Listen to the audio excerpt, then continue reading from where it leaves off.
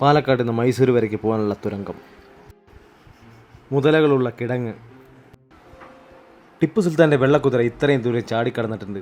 എത്ര കഥകൾ, ചരിത്ര കഥകളും അതിലേറെ കെട്ടുകഥകളും ഇടപിണഞ്ഞു കിടക്കുന്ന പാലക്കാടിൻ്റെ ഹൃദയഭാഗത്തുള്ള പാലക്കാടൻ കോട്ടയിലെ കുറേ വിശേഷങ്ങളാണ് ഇന്നത്തെ വീഡിയോയിൽ.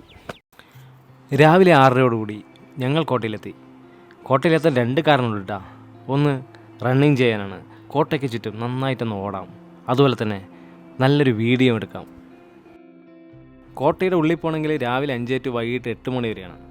പക്ഷേ ഇപ്പോൾ കോട്ടയുടെ ഉള്ളിലൊന്നും പോകുന്നില്ല. 8 മണി വരയ്ക്കും വെളിയിലൊക്കെ ഒന്ന് ഓടി വെളിയിലെ കുറേ കാഴ്ചകളൊക്കെ കണ്ടിട്ട് പിന്നെ നമുക്ക് പതുക്കെ ഉള്ളിലോട്ട് പോകും. അപ്പോൾ ഈ കോട്ടനെ പറ്റി പണ്ട് ഒരുപാട് കഥകൾ കേട്ടിട്ടുണ്ട് കേട്ടോ. അതിലൊന്നാണിതാ, ഇതിൽ മുതലയുള്ളത്. ഇപ്പോൾ ഇവിടെ മുതലയല്ല, ഇപ്പോൾ നിറയെ ആമകളുണ്ട്. അതുപോലെ തന്നെ ഈ കിടങ്ങ് വന്നിട്ട് ടിപ്പു സുൽത്താൻ്റെ കുതിരകൾ ചാടുന്ന ഒരു കിടങ്ങായിട്ടാണ് പറയണത്. കണ്ട ആമകൾ, ഫുൾ ആമകളാണപ്പോൾ. കുറേ മീനുകളുണ്ട് ഇവിടെ. മീനും ഇതൊന്നും പിടിക്കാൻ പറ്റില്ല, അതുകൊണ്ടാണ് ഇത്രയും ആമകളും മീനുകളും. ഇതിലൂടെ പണ്ട് ബോട്ട് സർവീസൊക്കെ നടത്തിയിരുന്നു.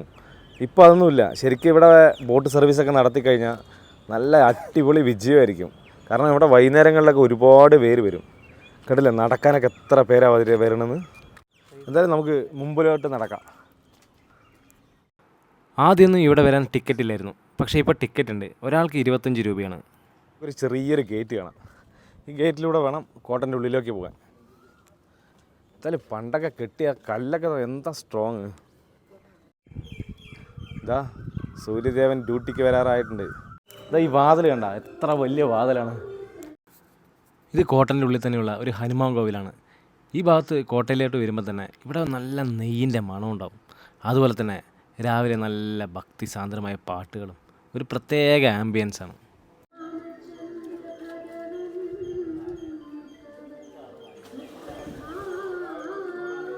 നമ്മളീ കാണുന്നതാണ് പാലക്കാട് ജയിൽ. പക്ഷേ ഇപ്പോൾ ഈ ജയിൽ ഇവിടെ പ്രവർത്തിക്കുന്നില്ല. അത് മലമ്പുഴയിലേക്ക് മാറ്റി. അയ്യപ്പനും കോശിയും മുതൽ ഒരുപാട് സിനിമകൾക്കും ഈ ജയിൽ സാക്ഷ്യം വഹിച്ചിട്ടുണ്ട്. നമുക്കെന്തായാലും ഒന്ന് കാണാം. എന്തായാലും ഈ ജയിൽ കാണുമ്പോൾ എനിക്ക് പഴയ ജോഷി ചിത്രങ്ങളിലെ ഓരോ ഫ്രെയിമാണ് ഓർമ്മ വരുന്നത്. ഇപ്പോൾ ഈ ജയിലിന് വരെ ഇവിടെ ഒരു സപ്ലൈ ഓഫീസ് വർക്ക് ചെയ്യുന്നുണ്ട്. എന്തായാലും ഇപ്പോഴും കാണാൻ ഒരു ആ പഴയ വിൻറ്റേജ് ലുക്ക് തന്നെയാണ്. ഇനിയും ഒരുപാട് സിനിമകൾക്കൊക്കെ വേണമെങ്കിൽ ചിലപ്പോൾ ഇത് സാക്ഷ്യം വഹിച്ചേക്കാം. കാരണം അത്രയ്ക്ക് മനോഹരമാണ്. ഇനിയൊരു മാവ് മരം കാണിച്ചു തരാട്ടാ, ഭയങ്കര രസമാണത്. ഇത് സത്യം പറഞ്ഞാൽ ഈ മാവ് മരത്തിൻ്റെ ഒരു ചില്ലയാണ്. അതിലിങ്ങനെ താഴെ വന്ന് പിന്നെ മേലെ പോയിരിക്കണം. എന്താ ഭംഗി! ഇതിലൊക്കെ ഇങ്ങനെ ഇരിക്കാൻ തന്നെ നല്ല രസമാണ്. ഇതിനകത്തൊരു കുളമുണ്ട്. പണ്ട് കേട്ടിട്ടുള്ളത് ഇതിനകത്തൊരു തുരങ്കമുണ്ടെന്നും ഈ തുരങ്കം വഴി പാലക്കാട്ടിൽ നിന്ന് മൈസൂർ വരയ്ക്കും പോകാമെന്നുമാണ്. പക്ഷെ അത് കെട്ടുകഥയാണോ സത്യമാണോ ഒന്നും അറിയില്ല. ഒരുപാട് കാലമായിട്ട് എത്ര വേനൽ വന്നാലും ഇതിലെ വെള്ളം വറ്റാറില്ല. ഇത് ആർക്കിയോളജിക്കൽ സർവേ ഓഫ് ഇന്ത്യയുടെ ഒരു ഓഫീസാണ്. ഇതിനകത്ത് തന്നെയുള്ള കുറേ ഓഫീസുകൾ ഇനിയുണ്ട്. ഈ കെട്ടിടമില്ലേ, ഇതിപ്പോൾ വീണ്ടും പ്രവർത്തിക്കാൻ പോവുകയാണ്. അതിനുവേണ്ടി ഇവിടെ പണിയെല്ലാം നടന്നുകൊണ്ടിരിക്കുന്നുണ്ടായിരുന്നു. ഒരുപാട് കാലമായിട്ട് ഇത് പ്രവർത്തിക്കുന്നില്ല. അതിൻ്റെ മുന്നിലൊരു കൊന്നപ്പൂ ഉണ്ട് കേട്ടോ. വിഷു വരെയല്ലേ, എന്തായാലും കൊന്നയൊക്കെ പൂത്തൊലഞ്ഞ് നിൽക്കുന്നുണ്ട്.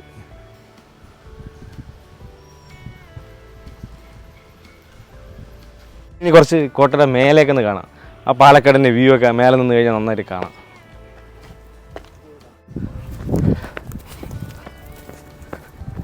ഇതാ ഇവിടെയാണ് പണ്ട് പീരങ്കികളും അതുപോലെ തന്നെ കുറേ അകത്തളങ്ങളൊക്കെ ഉണ്ട്. നമുക്കതെല്ലാം ഒന്ന് കാണാം. യുദ്ധകാലങ്ങളിൽ ഈ കോട്ടയുടെ സംരക്ഷണത്തിനായിട്ട് പീരങ്കികളൊക്കെ വെക്കാനുള്ള ഒരു സ്ഥലമാണിത്. ഈ കാണുന്ന ഈ ഗ്യാപ്പിലാണ് പീരങ്കികൾ വെക്കാറ്. അപ്പോൾ ചുറ്റും ശത്രുക്കൾ വന്നു കഴിഞ്ഞാൽ അതിലൂടെ വെടിവെച്ചിടാം എന്നാണ് പറയുന്നത്.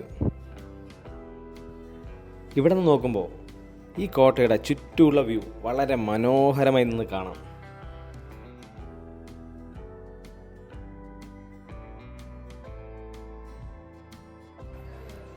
ആയുധങ്ങളൊക്കെ സൂക്ഷിക്കാനാണ് ഈ അകത്തളങ്ങൾ എന്നും പറയപ്പെടുന്നുണ്ട്. പക്ഷേ ഇതിനുള്ളിലിപ്പോൾ പ്ലാസ്റ്റിക് കുപ്പികളും പ്ലാസ്റ്റിക് കടലാസുകളൊക്കെയാണ്. പാലക്കാട് കോട്ടയുടെ ചരിത്രം മൈസൂർ സുൽത്താന്മാരുടെ അധിനിവേശവുമായി ബന്ധമുള്ളതാണ്.